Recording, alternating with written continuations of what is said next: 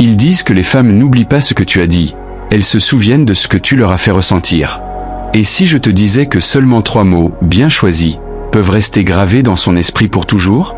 Si tu regardes cette vidéo en ce moment, c'est probablement parce que tu en as assez d'en faire trop, d'exécuter à la lettre tout ce qu'on t'a conseillé. Sois gentil, sois disponible, sois celui qui répond vite aux messages, et pourtant tu te sens encore comme un fantôme. Ignoré, oublié, laissé en lecture. Je sais ce que ça fait. Je l'ai vécu. Tu continues de te demander, qu'est-ce que je fais de mal? Tu as suivi toutes les règles, mais quelque chose cloche toujours. Il y a une raison à cela. On t'a appris à parler, mais pas à toucher réellement. On t'a appris à courir après, mais pas à être poursuivi. Le jeu n'est pas truqué, tu jouais simplement au mauvais. Cette vidéo va tout renverser. Si ce que je dis résonne déjà en toi, commente « J'attire, je ne poursuis pas » et fais-toi la promesse d'écouter avec ton cœur entier jusqu'à la fin. Avant de dévoiler ces 3 mots, comprends bien ceci, ce n'est pas un tour de passe-passe. Ce n'est pas une tactique bon marché pour manipuler quelqu'un et se faire aimer. Il s'agit d'incarner une vérité, un principe, une présence. Il s'agit de devenir inoubliable, non par la force, mais par le sens, par l'énergie qui persiste longtemps après le moment passé. Il s'agit de reprendre ton pouvoir, pas seulement dans la séduction, mais dans la façon dont tu te présentes dans la vie.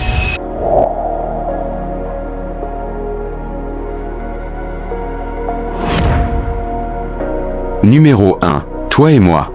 Il y a une raison pour laquelle ces mots « toi et moi » ne sonnent pas seulement différemment, mais se ressentent différemment.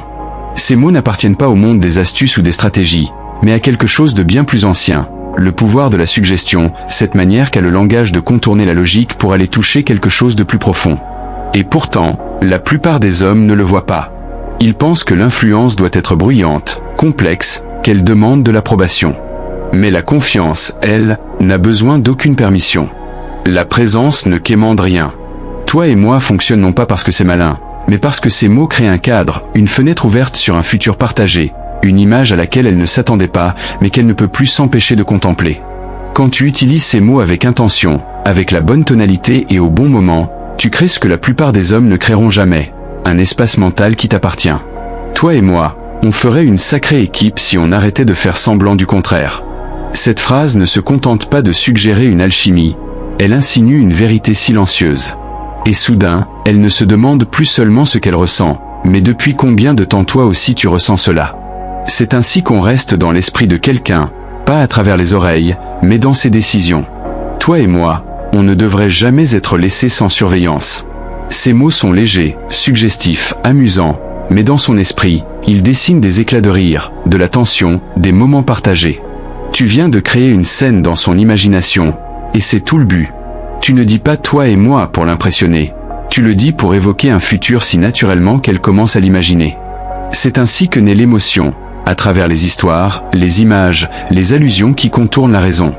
Une femme ne retiendra peut-être pas ton CV ni ta routine, mais elle se souviendra du film émotionnel que tu as projeté dans son esprit.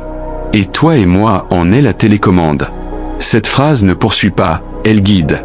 Elle ne cherche pas la validation, elle la présuppose. Et l'homme capable de la prononcer non comme une réplique, mais comme une vérité, laisse une empreinte.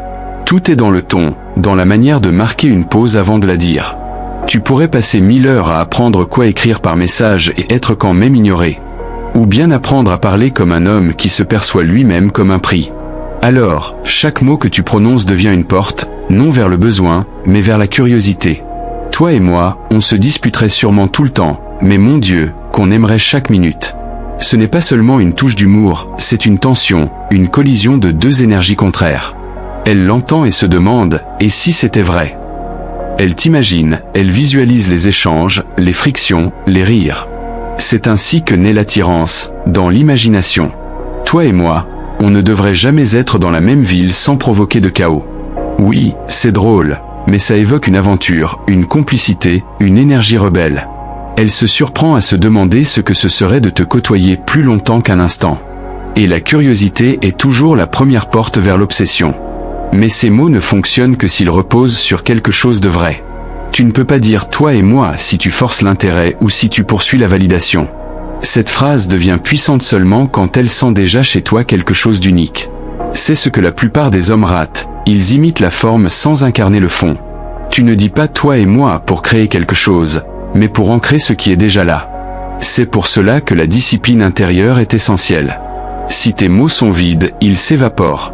Mais si ta vie a une structure, si tes habitudes témoignent de ton but, si ton silence a du poids, alors tes paroles résonnent. Et quand une femme sent qu'elle doit mériter ta présence, elle accorde de la valeur à chaque mot que tu prononces. C'est à ce moment que toi et moi devient une récompense, non pour son attention, mais pour la connexion que tu permets.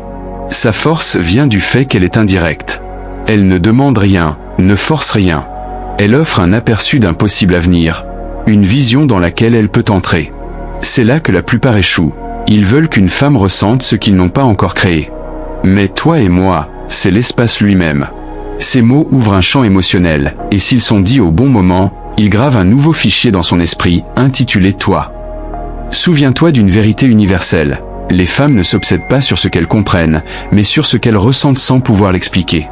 Toi et moi contournent la logique. Ce n'est pas une question de convaincre, mais de faire ressentir la chaleur d'une scène que tu ne décris jamais totalement. C'est ce mystère qui rend la chose addictive. Si une femme t'a déjà dit « je ne sais pas l'expliquer, mais il y a quelque chose chez toi », alors félicitations, c'est cet effet-là. Et tout commence par quelques mots prononcés avec intention. Utilise-les avec sagesse. Toi et moi, on a encore des affaires inachevées. Cette phrase réveille un souvenir, une tension non résolue. Même s'il n'y a jamais eu d'histoire, tu viens d'en créer une. Son esprit comble les vides. Avez-vous manqué une chance ? Que cache ce regard que tu viens de lui lancer ? Et maintenant, sans même t'en rendre compte, elle s'implique. C'est ça, la magie d'un dialogue fort. Il la pousse à écrire la suite dans sa tête. Tu ne lui donnes pas toute l'histoire, tu lui montres juste la première scène. Et quand elle la voit clairement, elle en veut davantage. C'est ça, l'art de l'influence. Chaque homme qui veut marquer les esprits devrait le comprendre. Ton but n'est pas d'impressionner, mais d'être ressenti. De laisser une trace invisible, un écho qui persiste. Et toi et moi, quand tu le dis au bon moment, devient cet écho. Pas prononcé à la hâte, pas dit avec incertitude, mais avec calme et assurance. Quand ta voix est posée, quand ton regard ne vacille pas, quand tes mots ont du rythme sans désespoir, c'est là qu'elle écoute. C'est là qu'elle se souvient.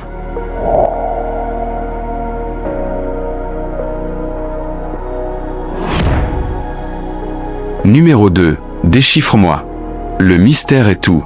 Elle n'est pas attirée par ce qu'elle comprend, mais par ce qu'elle ne peut pas vraiment définir. Et la plupart des hommes tuent le mystère avant même le premier rendez-vous. Ils expliquent tout, partagent trop, détaillent chaque élément comme s'ils rédigeaient un CV. Mais voici la vérité, moins elle en sait sur toi, plus elle pense à toi. L'esprit déteste les vides et cherche toujours à les combler. Et si tu maîtrises ta présence, l'image qu'elle se crée dans sa tête devient 10 fois plus captivante que la réalité. C'est pourquoi le mystère compte. Ce n'est pas une astuce, c'est la forme de gravité la plus ancienne. C'est l'espace entre les réponses, la pause avant un baiser.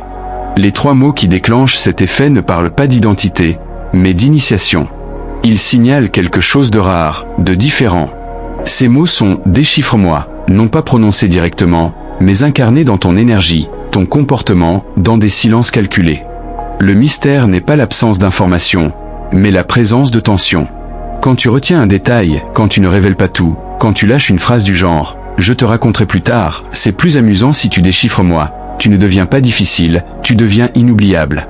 Les gens se souviennent de ce qu'ils ne peuvent pas résoudre, des questions plus que des réponses. Elle n'est pas attirée par tes faits, mais par ton inconnu. Imagine-toi assis en face d'elle, et au lieu d'expliquer ce que tu fais ou où tu as étudié, tu dis « c'est une histoire pour un autre jour ». Tu viens de planter une graine, un fil qui ne se ferme pas et qui la hante lorsqu'elle n'est plus là. C'est ainsi que tu occupes l'espace sans dire un mot. Tu deviens un point d'interrogation vivant, une phrase jamais terminée, une porte entr'ouverte. Les hommes qui parlent trop détruisent cette tension. Ils répondent à des questions qui n'ont jamais été posées et remplissent l'espace de données au lieu de magnétisme. Déchiffre-moi devient le cadre, et tout le reste devient des révélations sélectives. Parle-lui de la cicatrice, mais pas de son origine. Dis-lui que tu as déménagé, mais pas pourquoi. Certaines choses sont mieux découvertes que racontées. Chaque fois que tu dis moins que prévu, tu crées de la valeur, car le silence n'est pas absence, il est suspense. Et si elle se penche, se demande ce que tu ne dis pas, c'est ton pouvoir.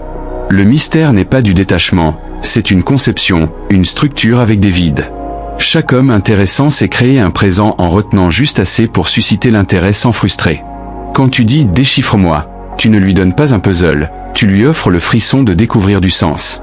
Et la plupart des gens, surtout les femmes, tombent amoureux non pas de ce qu'on leur donne, mais de ce qu'elles doivent découvrir par elles-mêmes.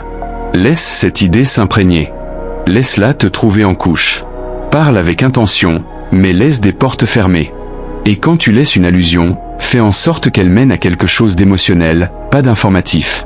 Déchiffre-moi ne veut pas dire être difficile, ça veut dire être profond. Dire par exemple, je ne parle pas de ça au premier rendez-vous avec un regard qui ne montre pas de douleur, mais du sens. Ou quand elle demande pourquoi tu n'as pas répondu pendant quelques heures, ne t'explique pas, j'écrivais quelque chose d'important. Et laisse ainsi. Si elle demande ce que tu penses, tu répondras quand il le faudra, pas de manière évasive, pas froide, mais comme un homme qui traite ses pensées comme une monnaie sacrée. Le mystère ne signifie pas disparaître, il signifie être l'homme qu'elle essaie constamment de déchiffrer. L'homme auquel elle pense des heures après ton départ, dont les histoires contiennent juste assez de vide pour la tenir éveillée la nuit. Tu ne réponds pas seulement avec des données, mais avec des sensations. Si elle demande quel genre de personne tu es, ne liste pas d'adjectifs. Dis, ça dépend de qui demande. Certains jours je suis chaos, certains jours je suis clarté. Je n'ai jamais été une seule chose assez longtemps pour la décrire. Ce ne sont pas des phrases toutes faites, ce sont des couches. Il existe un espace entre être distant et être écrasant. Cet espace, c'est ton trône. Tu t'assois dedans en disant moins et signifiant plus. Le mystère n'est pas être froid, c'est être vivant sans être évident. Tu lui montres la forme de toi, jamais le design complet. C'est ce que signifie « déchiffre-moi ». C'est une invitation, pas un test.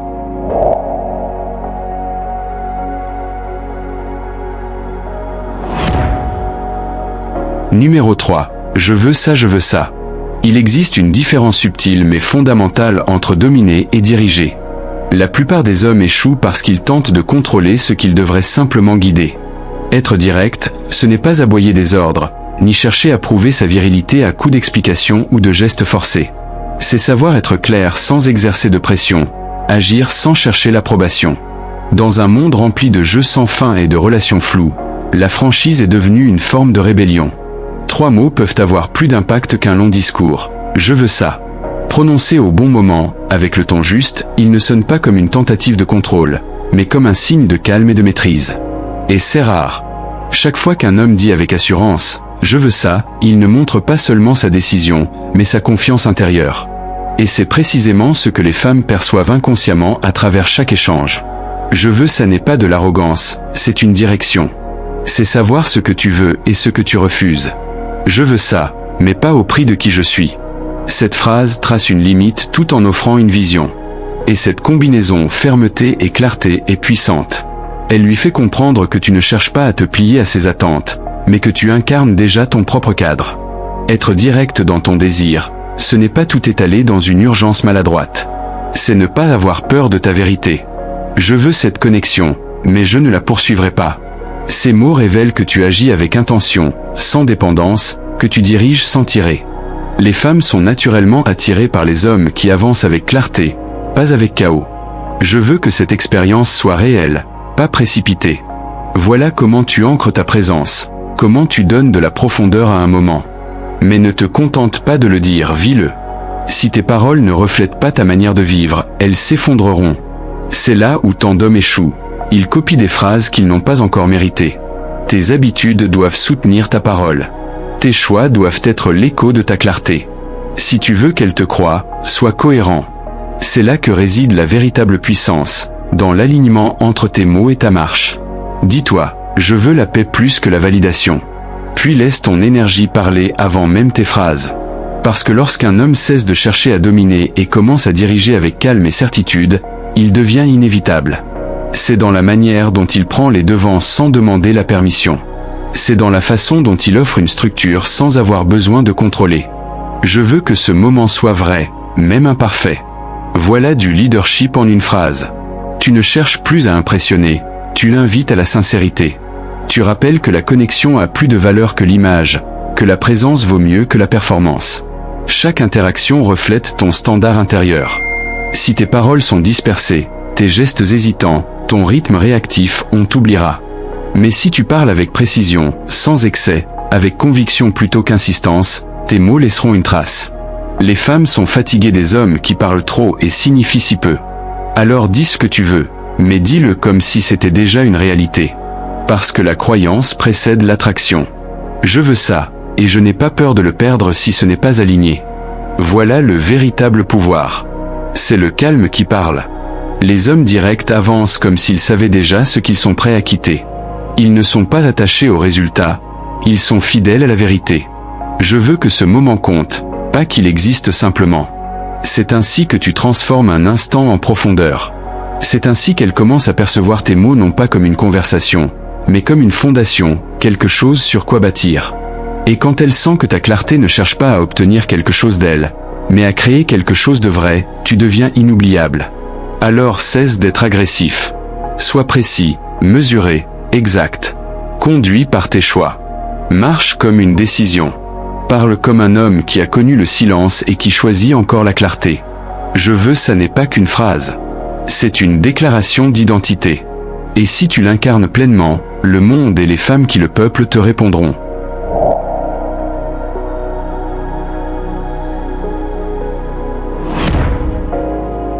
Numéro 4. Pas maintenant. Le temps est sacré. Prononce les mots justes au mauvais moment, et c'est comme si tu n'avais rien dit. C'est la dure vérité à propos de l'attraction, de la connexion, et de la psychologie de l'attention. Le timing n'est pas une partie du jeu, c'est le jeu lui-même.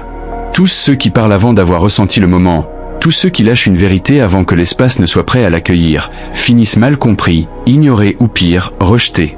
Le temps est sacré parce qu'il décide si tes mots vont résonner, ou s'effacer.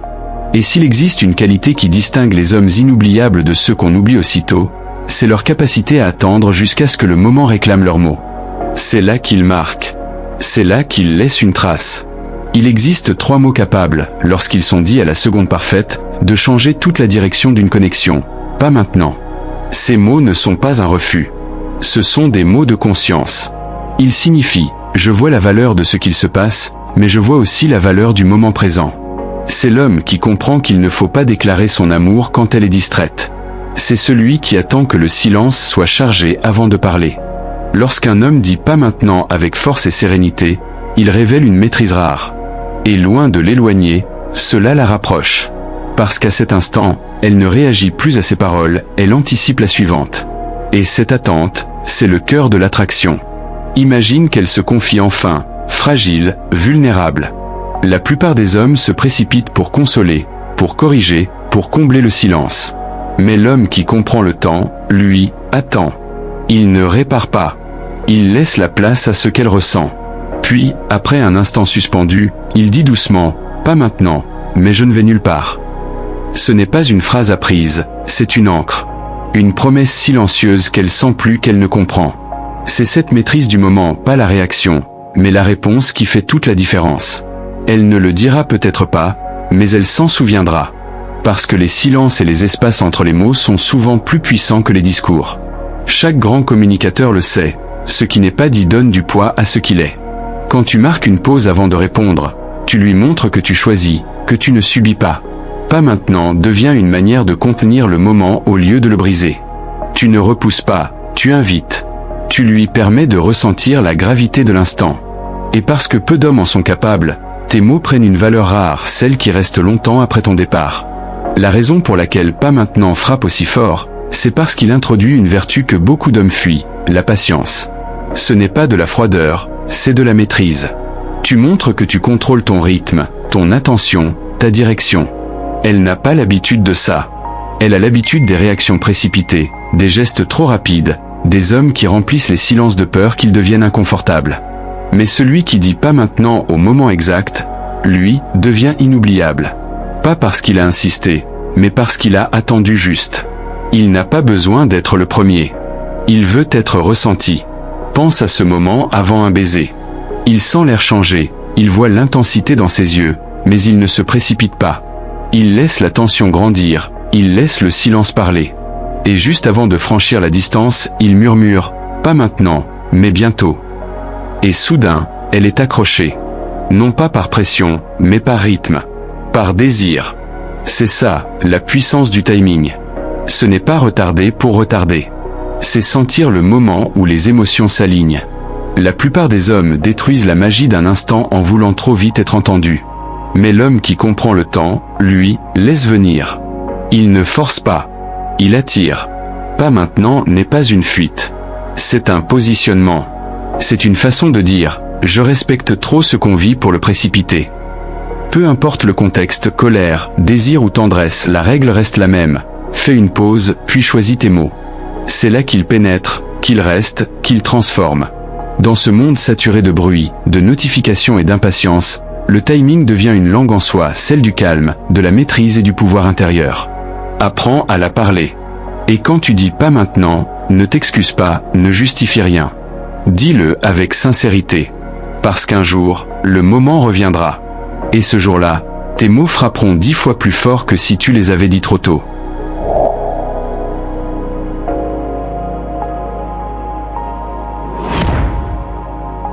Numéro 5. Parle avec ton énergie. Les mots ne sont que des décorations, mais l'énergie, elle, est l'architecture. Tu peux dire tout ce qu'il faut, apprendre chaque phrase par cœur, adopter le ton parfait, et pourtant, te faire rejeter en quelques secondes si ton énergie ne s'accorde pas avec ton intention. Elle ne réagit pas à ce que tu dis, mais à l'état d'esprit d'où viennent tes mots. Chaque homme qui s'est déjà demandé pourquoi un message bien construit n'a pas touché, pourquoi un compliment est tombé à plat, pourquoi elle a disparu après une conversation qui semblait magique, doit comprendre ceci.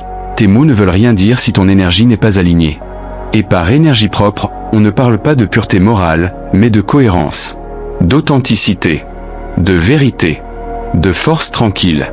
Ton énergie, c'est ton message silencieux. Elle entre dans la pièce avant même que tu ouvres la bouche. Elle reste après ton départ. C'est le code invisible qu'elle déchiffre quand tu dis « toi et moi ». Et elle sent tout de suite si c'est une phrase apprise ou une promesse réelle. C'est ton énergie qui donne du poids à un simple « je ne sais pas » ou qui le transforme en faiblesse.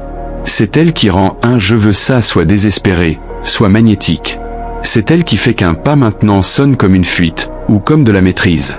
L'énergie est le filtre. Elle peut soit affaiblir tes mots, soit les amplifier. Elle lui révèle si tu es un homme de profondeur ou juste un homme de bruit. Et c'est la seule chose que tu ne pourras jamais feindre longtemps.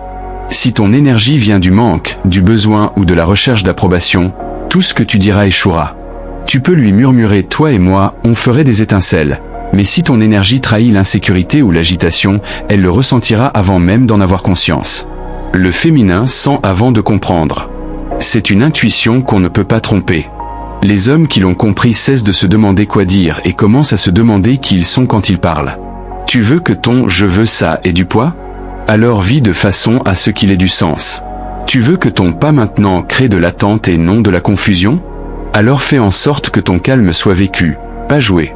L'énergie, c'est la transmission. Le signal derrière le signal. Et la plupart des hommes envoient le mauvais message. Ils parlent de valeur, mais vivent comme s'ils n'en avaient jamais défini une seule. Ils prêchent la force, mais fuient la confrontation. Ils veulent qu'on leur fasse confiance, mais ne croient même pas en leur propre voix. Et tout cela, elle le sent. Alors, que faire ? Aligne-toi. Développe des habitudes qui reflètent tes paroles. Marche comme si ton nom comptait. Regarde-toi dans le miroir, pas pour vérifier ton apparence, mais pour confirmer ton cadre intérieur. Demande-toi, quel message envoie mon silence ? Qu'est-ce qu'elle ressent quand je parle ? Est-ce qu'elle sent de la certitude, ou juste de la confusion déguisée en charme ? On ne peut pas tricher avec la présence. On ne peut pas répéter la profondeur. Ça se construit. Si tu veux être cet homme dont 3 mots résonnent dans sa tête toute la journée, fais en sorte que ton énergie parle plus fort que ta voix. Parce qu'à la fin, elle ne se souviendra pas de tes phrases. Elle se souviendra de ce qu'elle a ressenti. Et ce qu'elle a ressenti, c'était ton énergie. Parle avec elle. Vis à travers elle. Et laisse ta vie prouver ce que tes mots prétendent. Tu n'auras pas une autre vie pour apprendre ça. Chaque instant où tu hésites, tu offres ton pouvoir à ceux qui ne le méritent pas, et ton attention à celles qui ne sauront pas la recevoir.